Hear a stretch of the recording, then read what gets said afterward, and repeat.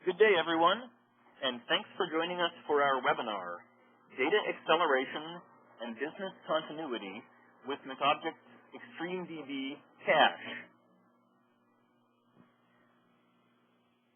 Kim Sharp, Technical Sales Manager at McObject, and Kit Redwine, Business Development Manager at our company, will take you through our main presentation, which explores the use of an in-memory database system, an IMDS, as a solution that blends the speed and data availability of memory caching with the durability, safeguards on data integrity, and sophisticated querying capabilities that are typically provided by a database management system.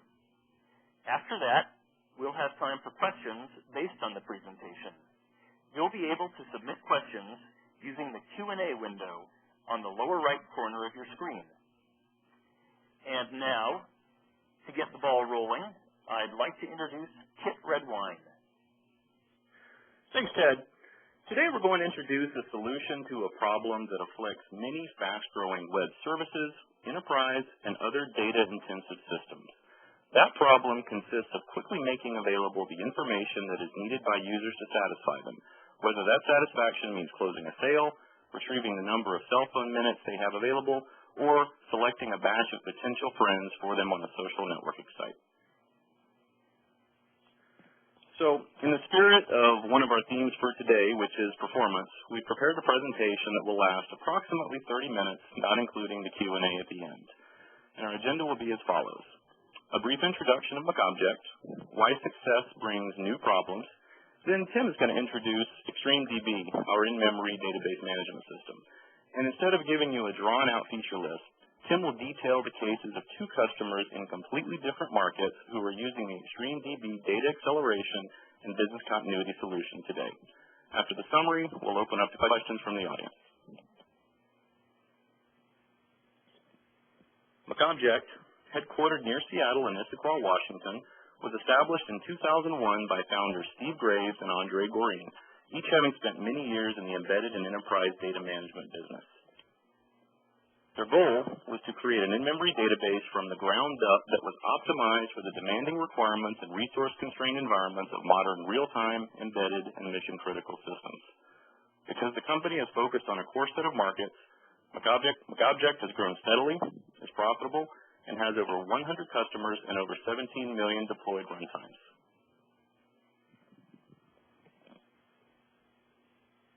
Here's a small sample of our many customers who use McObject around the world to empower a variety of applications in different markets such as defense, industrial controls, networking, consumer and mobile devices, and financial.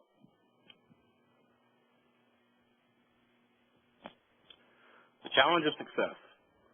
Today's systems are seeing phenomenal growth in the number of users and clients requesting all manner of information.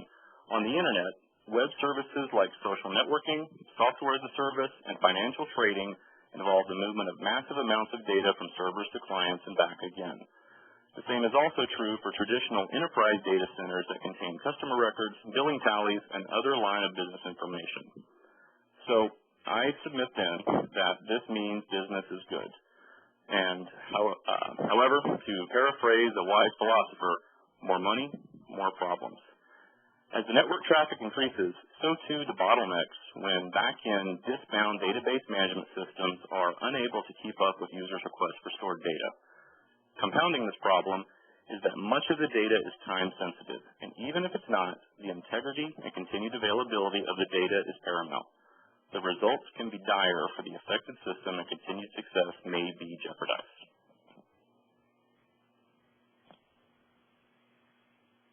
First, let's take a look at what happens when system performance starts to suffer. We can measure performance by latency, the speed at which your system responds to a request, or by throughput, how much data that your system can push out. As these systems start growing, they can become victims of their own success as the number of users increase, and those same users request more information from the back-end enterprise database, which, while able to support huge numbers of concurrent users, was never really designed to serve up that data at lightning-fast speeds. What happens then is a noticeable and obviously undesirable slowdown in the overall performance of the system. Now, I think it's pretty clear that most people want things to be fast. And most users of web-based or any other system really can probably recall the experience of just giving up when a system is too slow. Therefore, as applications grow in number of users, the behind-the-scenes quest for faster performance can be never-ending.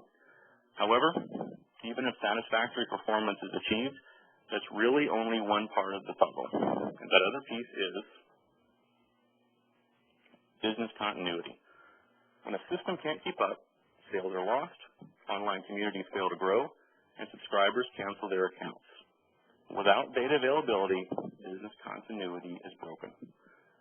If response times are not predictably fast, some portions of users are simply going to walk away.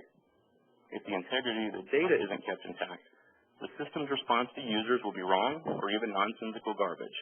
And again, the result is that some users will walk away, while others will demand that you, the system owner, sort out the messed up records. And if the system is not immediately recoverable in the event of a failure, you run the risk of prolonged outages, and again, the potential loss of users and revenue.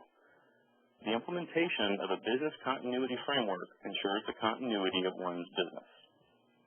So I've discussed the importance of system performance and business continuity. Let's take a look at one solution and see if it addresses both concerns. Caching. Now, it's probably a pretty familiar concept to you all. It's a regularly employed solution to cache your commonly accessed files for increased performance. Most websites are using a caching engine of some kind to serve up information faster, and many enterprise data center applications are beginning to do the same, as many major companies are starting to see the value of keeping large volumes of data in memory for rapid performance. Facebook, for example, reportedly has 800 caching servers holding 28 terabytes, resulting in a 99% cache hit rate. And Google, their search results are now served in under 200 milliseconds, which is down from 1,000 milliseconds. While, admittedly, thousands of machines process each query in order to make search results appear nearly instantaneously, the vast majority of this great performance improvement is due to holding indexes completely in memory. So caching is a great solution when you're primarily doing only reads from your cache, but it's when you need to simultaneously read and write back important data that pure caching systems start to fall apart, and you need to implement more and more functionality to keep up. In addition, you've got to consider the cost. Popular web caching products are open source and technically free, but trying to scale that back-end enterprise database means more money in licenses. Free caching solutions and/or back-end databases require more hardware, more space, more power, and you also need to allocate costs for setup and ongoing maintenance. So that's enough gloom and doom for now. For the remainder of our time, my colleague Tim Sharp is going to show you how McObject's eXtremeDB meets these challenges as not only a blazing fast caching engine, but also a business continuity solution that is conveniently combined in one rock-solid and easy-to-use package. Tim? Thanks, Kit. Well, Kit has explained to you the importance of reliability and performance from a business perspective. I'd like to now review the landscape from a technical angle. To start off with, businesses are realizing that their back-end, disk-bound relational databases are not scaling as their business grows and demands on the systems increase. As I'll explain later, disk-bound databases, by their very nature, are not the best solution when their requirements include low latencies and high throughput. In addition to the traditional markets, such as finance and networking, new areas such as Web 2.0 and software as a service are demanding fast and near real-time access to data. Some current solutions include simply caching an engine, which can be an effective solution for many systems, but often lacks transaction support and only uses a simple key value hashing table for database navigation. Alternately, there is using the traditionally disk-bound database in a RAM disk. This will significantly improve the performance of the database. However, because it was initially designed for disk, it will still execute procedures such as logging and transactions that in the context of being an in-memory doesn't make sense. And finally, there is using the native caching functionality of your backend database. This too can improve performance. However, you will still incur overhead of maintaining the cache that will inevitably result in a performance penalty. Various caching techniques have been implemented to increase the performance of middle-tier applications in the face of ever-increasing demand placed on their back-end database. We propose implementing an embedded, lightweight, in-memory database as a cache in the middleware layer of a standard 3-tier system. Using this architecture, you can realize immediate performance benefits because the database is operating in the same process space as the application server. In addition, because the middle-tier database can handle all the read and write requests, there's reduced network traffic between the application and the database server, which has the added benefit of freeing up the back-end database's resources to serve other applications in your company. Just to be clear, an embedded database exists as a library that is linked to an application, thus exposing a programming interface that's used to manage data internally. Generally, it's hidden from the application's end user and requires little or no ongoing maintenance.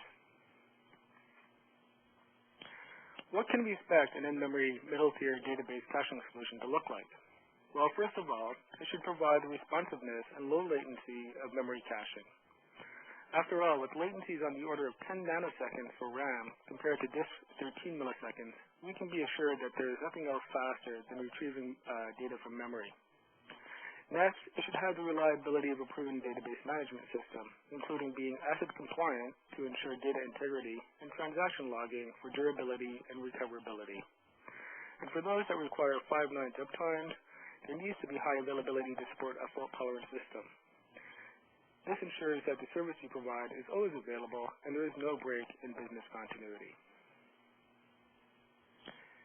To enable the development of systems that are tailored to performance, reliability, and predictability, there needs to be support for multiple programming interfaces. This includes a native API interface, which generally gives the best performance, and a standards-based API, such as ODBC with SQL support. There should also be support for XML to enable communication with other XML-capable systems. Next, the database should scale. By this, it should be able to handle very large database sizes so that you can store as much of the back-end system in memory as you want. It should be thread safe or reentrant so that you can exploit the resources of multi-CPU machines. And finally, it should enable your system to scale horizontally across multiple nodes. In other words, it should be able to support replication. So now I'd like to introduce McObject's eXtremeDB database management system as a complementary solution to the performance problems associated with disk-bound database systems. eXtremeDB is a modular database system that was designed to operate entirely in memory, and completely administration-free, and is the first truly embeddable in-memory database created specifically for real-time embedded and mission control systems. When I state that eXtremeDB is fast, I mean that it's extremely fast. Testing done at the Louisiana Immersive Technologies Enterprise has clocked eXtremeDB doing 87 million read transactions per second. To get a perspective on this number, consider that the standard currency of such comparisons is transactions per minute, not per second. This benchmark was done on a 160 processor Altix 4700 server with 4.1 terabytes of memory. If you're interested in learning more, you can download the white paper called Beyond the Terabyte Size Boundary from our website. Next, being in memory, we have eliminated all I/O, caching, and other high overhead processes, which is the cause of most performance problems associated with disk-bound databases. We support multiple programming interfaces, including our own high-performance native API, as well as standards-based API for SQL, ODBC, and XML. We offer a high availability version for systems with demanding uptime requirements with either synchronous or asynchronous replication, as well as transaction logging for those who require durability and recoverability. And finally, we offer a 64-bit version of eXtremeDB for supporting massively large databases. At this point, I'd like to take a few seconds and talk about McObject's approach to reliability. The term reliability is a highly fluid term, but is most commonly used to refer to a tool doing its job as expected without defects or bugs. Having said that, remember eXtremeDB was initially designed for resource-constrained embedded device market, and as such, was expected to be highly reliable as a database, so that the system that was depending on it could be confident that it would not fail due to defects. McObject has taken that philosophy one step further and decided that not only should itself be reliably free of defects, but it should also actively contribute to the implementation of defect-free data management within the application. McObject's has approached this idea from two angles. First, it implemented a dynamic API interface that reflects the schema of the database.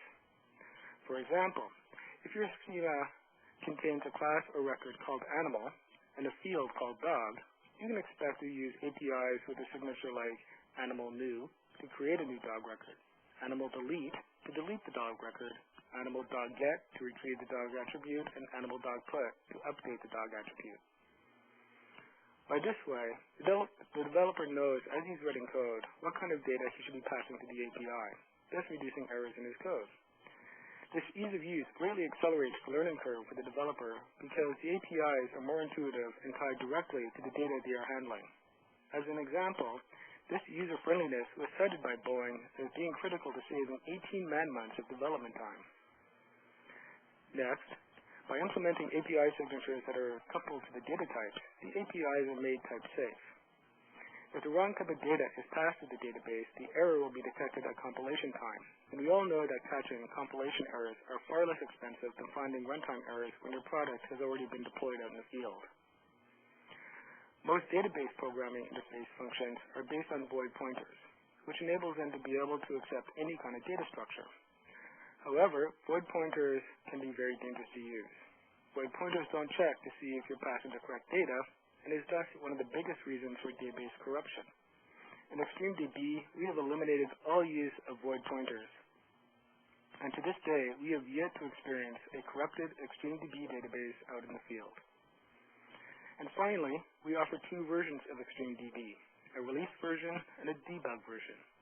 The debug version includes numerous traps in the runtime that can be selectively disabled during development to help optimize the application for speed and to expose defects that might not otherwise get caught until after the product is released.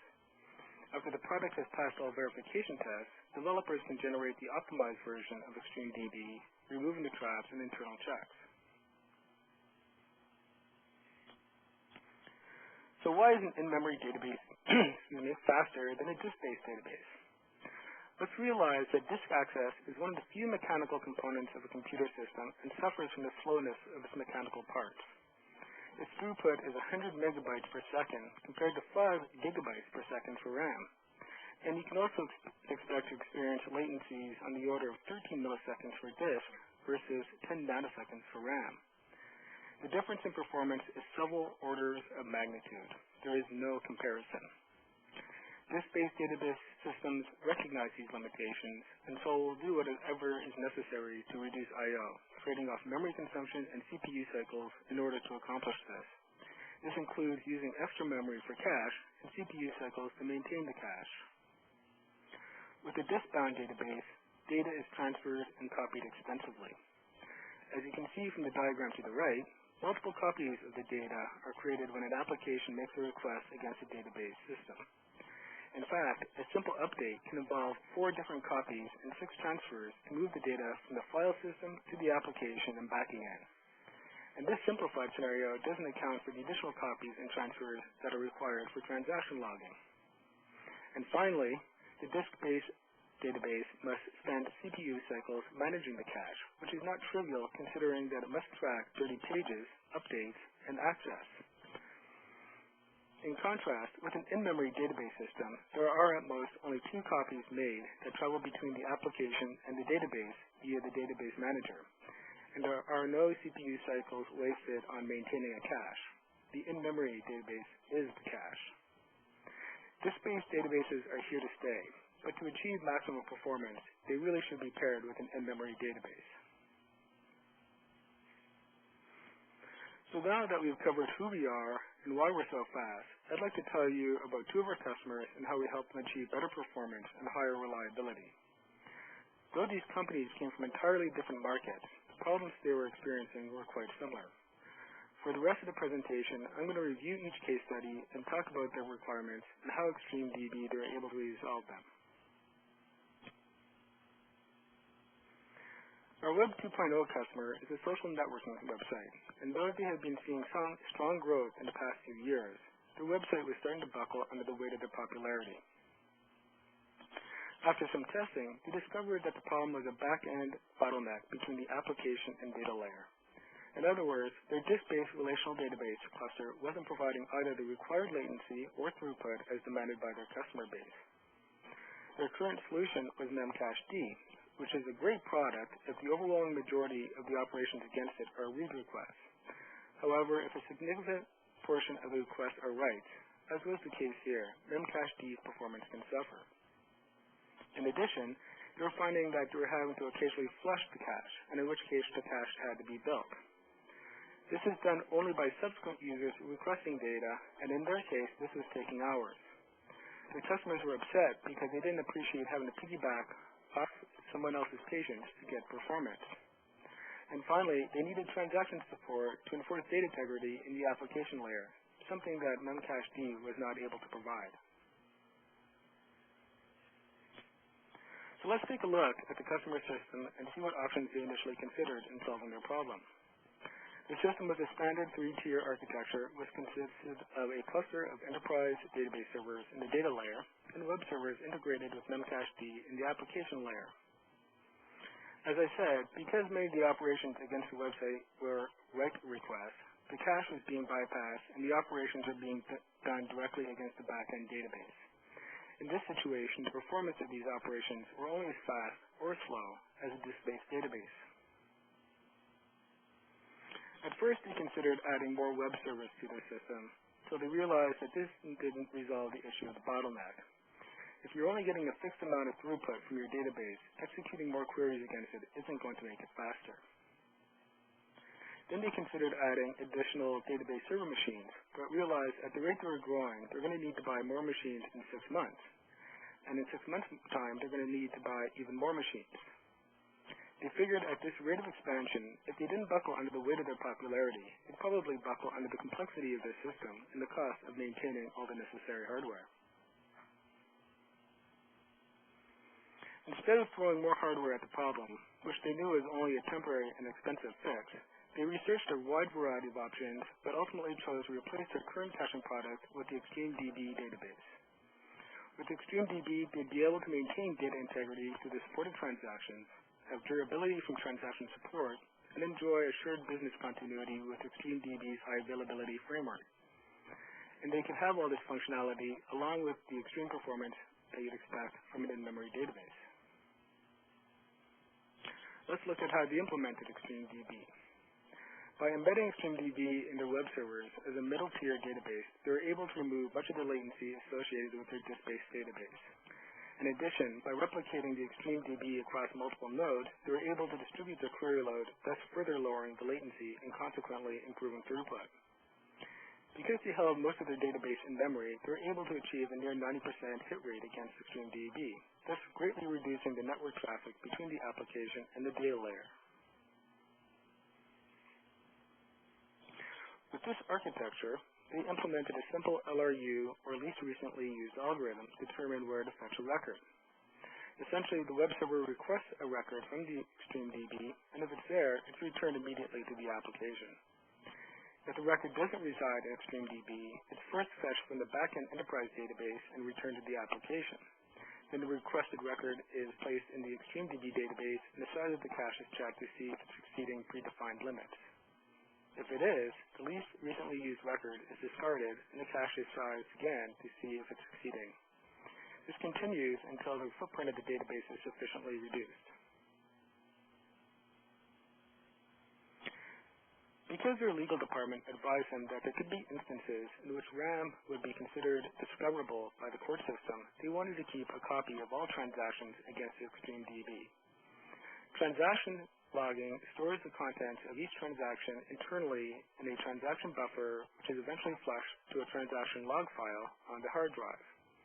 Depending on the level of risk your system is able to handle, the transaction buffer can be synchronously flushed after each transaction so that no transactions are lost, or it can be configured to flush after a specified number of transactions, or periodically in a fixed time intervals. For performance reasons, only a single write is done to the log file, regardless of the number of operations in the transaction. And when the log files are flushed to update the persistent backup image, again, only a single write is executed against the database image. This is in contrast to disk-based relational databases where multiple write operations can be performed in order to update individual data in index files. Because our customer was not willing to assume any risk with respect to lost data, they chose to flush the cache synchronously after each transaction. Although they were concerned that this would incur a performance hit, and it would, eXtremeDB's in-memory architecture more than compensated. The customer wanted to increase the scalability of their system and considered our replication an ideal solution. With distributed replica databases, they were able to portion the query load for load balancing and for overall better performance. They looked at using the eager synchronous two-phase commit, which enforces a master and replica databases to be identical at all points in time. However, the master database is blocked while waiting confirmation from the replicas that they had successfully applied the transaction at their end. They concluded that this would incur too much overhead, hit in terms of performance for their system. They knew their customer base would be somewhat tolerant to stale data, but what was more important was their ability to access the data in a timely manner. In this case, the master is not blocked. For performance reasons, we chose to implement a lazy asynchronous one-phase commit. In this case, the master is not blocked while the replicas complete their transactions, and the master application can continue on doing other operations as the transactions are applied to the replicas in parallel. To ensure that the outside world experienced their system as a reliable one, i.e. that it was always on and available when the clients wanted it, our customer implemented fault tolerance using eXtremeDB's high availability framework. This guaranteed that the system enjoyed 5 nines availability and assured that eXtremeDB was not a single point of failure. With eXtremeDB, there are built-in policies to determine the failover sequence when the master is no longer available. For instance, it could be the replica that is most in sync with the master, or it can be determined at runtime by the system itself. It's important to note that in the case of the customer using asynchronous replication, there is no guarantee that the replicas will be identical to the master. So that in the event that the master were to fail, though the failover would be near instantaneous, the replicas would not include any of the transactions that were still on the master. They would not be lost permanently, though, because the master implemented synchronous transaction logging. So when the master came back up, a synchronization process would ensue, and the replica would be able to reclaim the lost transactions. Because an image of eXtremeDB is stored in a single file, upload to the database is extremely fast. In the white paper I cited earlier, the database, which was 1.17 terabytes with 15.5 billion rows, was reloaded in under 5 hours at a rate of 68 megabytes per second. This reload time of a saved database was important to our customer because it meant there'd be no painful rebuilding of the cache as was previously the case. And finally, to integrate the eXtremeDB database with their backend system, the customer used eXtremeDB's event notifications along with our XML interface functions to propagate updates made in the eXtremeDB database to the backend system via our remote procedure call framework. eXtremeDB's event notification allows a developer-implemented callback function to be invoked whenever a record is created, updated, or deleted, and has been often used in this manner to enable communication between eXtremeDB and other XML-capable systems. The eXtremeDB RPC framework, which implements an application-specific remote access API, was used by the customer to permit remote processes on the back-end database server machines to update and or read eXtremeDB database on the application server machines. To wrap up, with eXtremeDB, we're able to provide the customer with better performance because of the majority of the read and write operations were done in the in-memory database. They acquired durability with our synchronous transaction logging so that they were able to maintain a complete backup of all transactions against the database. This backup then resulted in a faster reload time in the event that the database were ever to fail. And finally, they achieved fault tolerance and scalability with our high availability framework using synchronous replication for higher throughput, even though it resulted in stale data across their network. Now I'd like to turn to our next customer, who is a supplier of value-added operations and support systems for real-time rating and control billing applications that enable their customers to access account features and balances on their cell phone accounts. They too were experiencing a performance bottleneck with respect to the disk-bound back-end relational database, which was utilizing its native caching functionality. As was the case with the previous customer, they found their system becoming sluggish as traffic increased and looked to using an embedded in-memory database in the application layer in a manner similar to the Web 2.0 customer.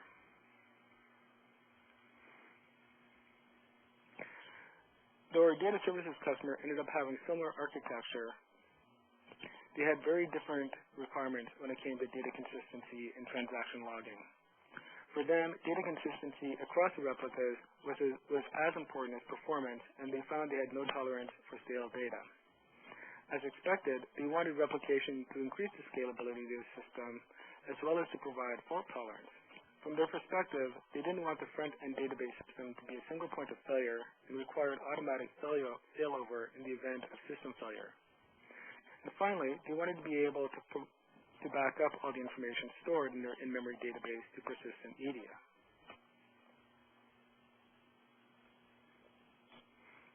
So, as I said, unlike our web services customer, consistency was of prime importance, and they couldn't tolerate stale data in their network.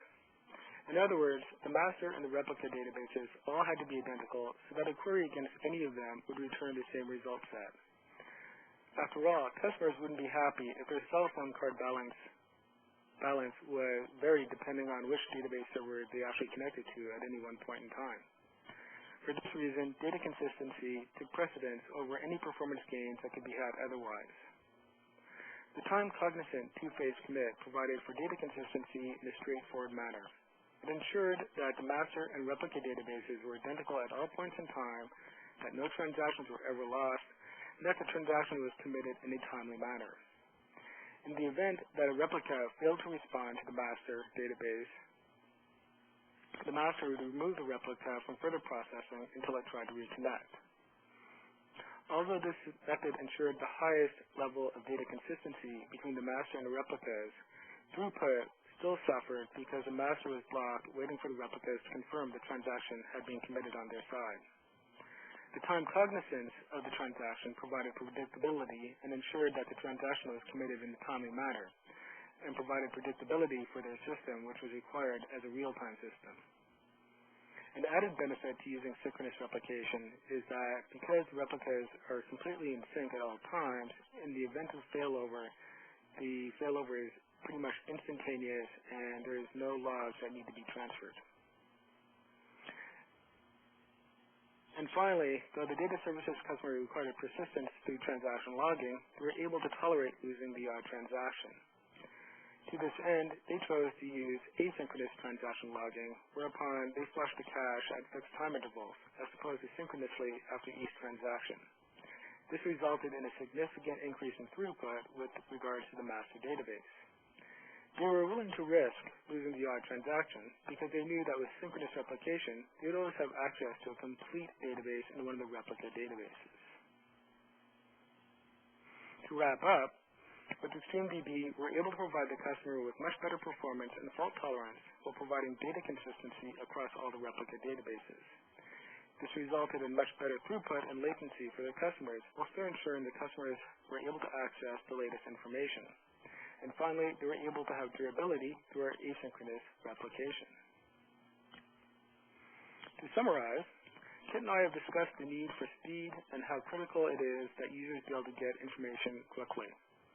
At the same time, performance alone is not enough, and this requires the implementation of business continuity frameworks that ensures the availability and reliability of your system, especially as it grows.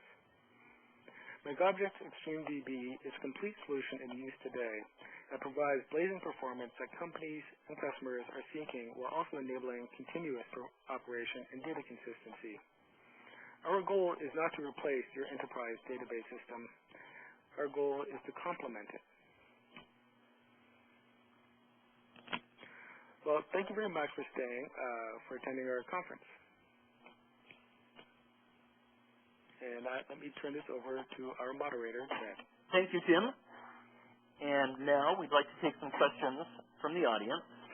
You can type in and send your questions from the Q&A panel on the lower right side of your screen.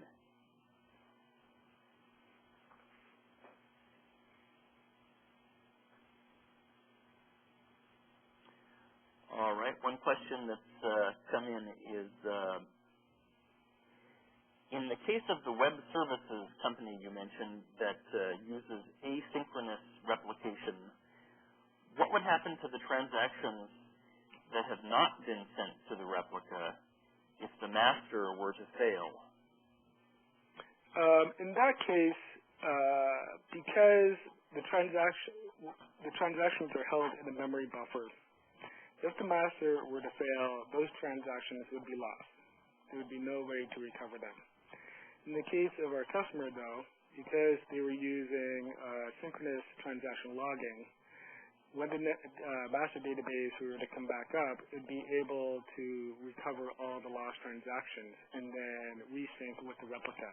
So the transactions would not be lost. But this is only because they had instituted synchronous transaction logging. All right. Another question.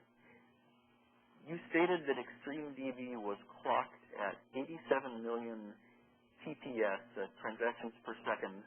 What was that system? It was a Linux-based SGI Altix 4700 machine with 80 dual-core 1.6 gigahertz Itanium 2 processors, and they were using the 64-bit version of eXtremeDB. All right, thank you. Any more questions? You've got the Q&A panel on the lower right side of your screen. Feel free to ask us some questions. Can you explain how the time-cognizant two-phase commit can be configured?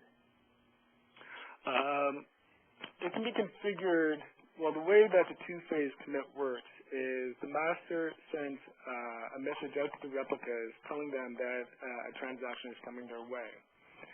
And when the replicas receive this message, they start a transaction on their side. If the data is not received in a timely and configurable amount of time, the replica assumes that the master has died and will assume the role of master. At the other end, if the master does not receive a confirmation from the replica in a specified and configurable amount of time, it will assume the replica has died and will remove it from all further processing. So there's two parameters that you can define for time cognizance, both from the perspective of the replica and from the perspective of the master. All right, thanks. We do have time for a couple more questions. Feel free to submit them.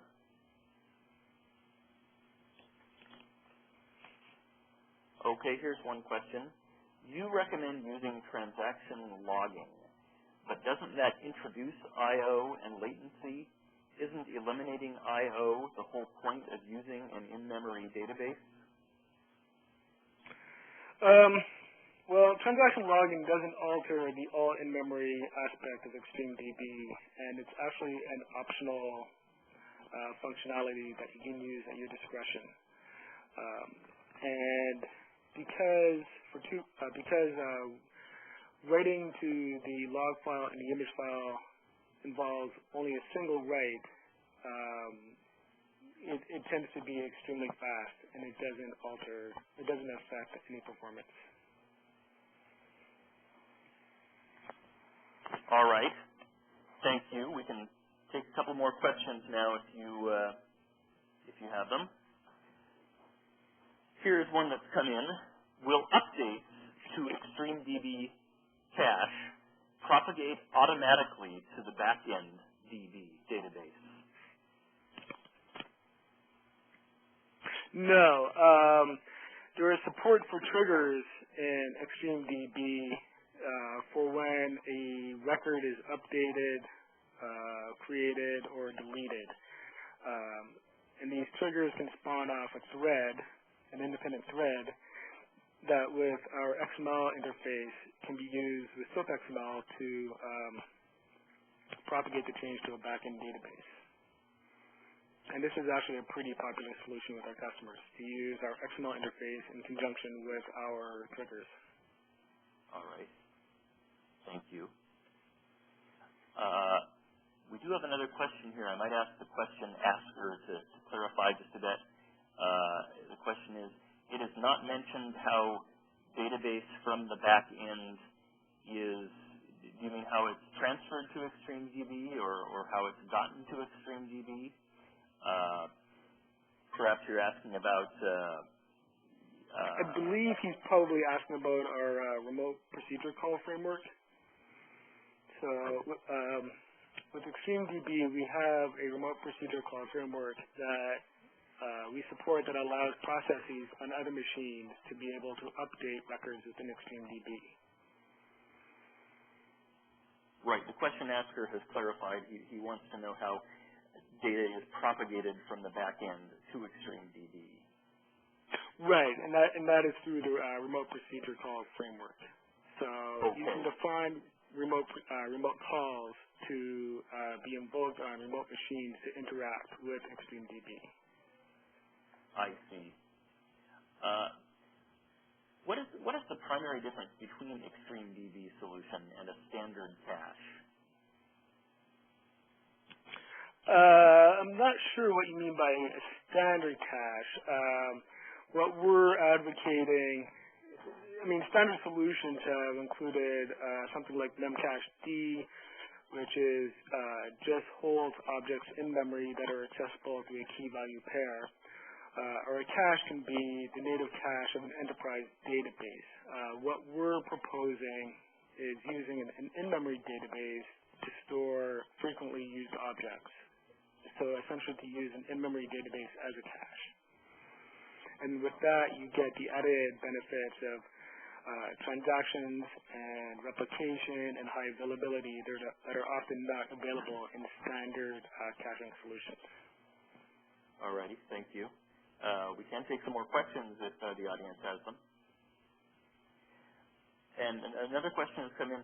Can you talk about connecting the in-memory database cache to the Oracle backend database? Do you provide an interface for that? We provide an interface. We have two interfaces. You could use our ODBC API interface to communicate changes with an Oracle database. And as I mentioned earlier, you could use our XML interface in conjunction with our triggers to propagate changes from the eXtremeDB to Oracle, which is an XML-enabled application. So to summarize, you could use our XML with triggers to migrate data from eXtremeDB to Oracle, and then you could use eXtremeDB's remote procedure call framework to migrate updates in the back end to eXtremeDB. All right, thanks, Tim. And we do have time for another question or two, if there are any from the audience. Give you a sec for that. And thanks for all the great questions. It looks like we've actually run out of questions. If some more questions come to mind after the event, please feel free to contact us at the email address given on the screen, or either of the email addresses, and we can respond to you by email. And we want to thank you for attending our webinar today. We hope you've gained a good understanding of how positioning an in-memory database system, such as McObject's 64-bit eXtremeDB, as the front end for a traditional database, lends high-volume systems the benefits of all-in-memory data access. It also ensures continuous operation and data consistency. We will be holding follow-on sessions in the upcoming weeks and look forward to you joining us then. Thank you and good day.